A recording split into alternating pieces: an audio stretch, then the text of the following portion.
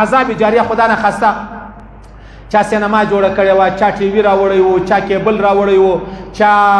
موبایل کې هغه شیان پرېښول چې هغه د کتلو نه دي دا عذاب جاریه دی عزیزان هېڅ دا تا چې کوم تصویر سینډ کوي دا تا چې کوم یو غزل چې د هغه شیر کړه دا تا چې کله یو فلم و ډرامه وابل دا شیر کړو دا ګپه دا ګپه نه ده عزیزانو والله که دا ګپه ده ته به اوس وایې چې یاره زه راولاړ شم داسې ارتغل ډرامه چې د هغه شیر کړه والله که په اسلام کې دا سته والله هغه یو سړي میسیج کړی ول مولوي صاحب ذاکر نایک ول دا جایزه ده دا د مال ذاکر نایک ته پرېږده دا یو سړی چې د قرآن په علم خبري د قرآن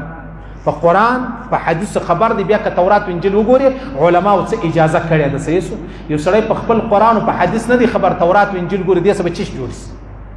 خامخا به کې انجیل کتی عیسائی بسی کې تورات کتی یهودي بسی صحیح شو تا د خپل اسلام تاریخ نه دی ویلی د ابوبکر صدیق د عمر فاروق د 1,40,000 صحابه کرامو تاریخ نه دی در معلوم دراولاړ سول رالی 200 کاله مخکې سلطنت عثماني چې کوم د هغه تاریخ ته وایي نو په هغه تاریخ ویلو چیش کېږي نو بیا چې دا کومه زنانه دا د غیب بزرګه زنانه ده تو خدای دا عامه دا کاره نه ده دا عامه فحاشه نه ده دا رقاصه نه ده نو چې دا نو بیا ته څنګه تاریخ وایه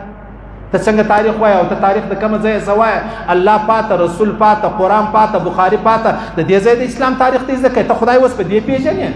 ته خدای په دې پېژنې نو که ته دا خبره کوې چې ډرامه جایزه ده و دغه زنانې ته کتل جایزه ده مجبوري خو نه ده هیڅ مجبوري هم نه ده که دا خبره جایزه یي چې دغه زنانه د اسلامي تاریخ زده کوم دا زنانې ته کتل جایزه دي نو والله چې شیعګانو پر یوسف علیه السلام 40 غنټې فلم جوړ کړی هغه والله نه جایزه که دا جایزه ده پاکي نجونې دي پاکي الفان دي پاکي یو لغړزنې هلک دی یوسف علیه السلام یې دغه جوړ کړی دی والله که جایزه ده سړی